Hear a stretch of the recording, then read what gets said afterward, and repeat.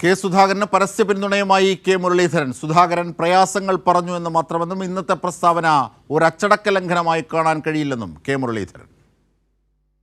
അല്ല, അദ്ദേഹം ഒരു ചാനലിന് 1-2 ചാനലുകൾക്ക് നൽകിയ ഇൻ്റർവ്യൂവിൽ അദ്ദേഹത്തിൻ്റെ ചില പ്രയാസങ്ങൾ പറഞ്ഞു എന്നല്ലാതെ അതിനിപ്പോൾ അത്ര വലിയൊരു പാർട്ടിക്കകത്ത് എന്തെങ്കിലും ഉരുൾപൊട്ടലെന്നോ എന്തെങ്കിലും ഇഷ്യൂസ് ഉണ്ടെന്നൊന്നും അതിന് അർത്ഥമില്ല.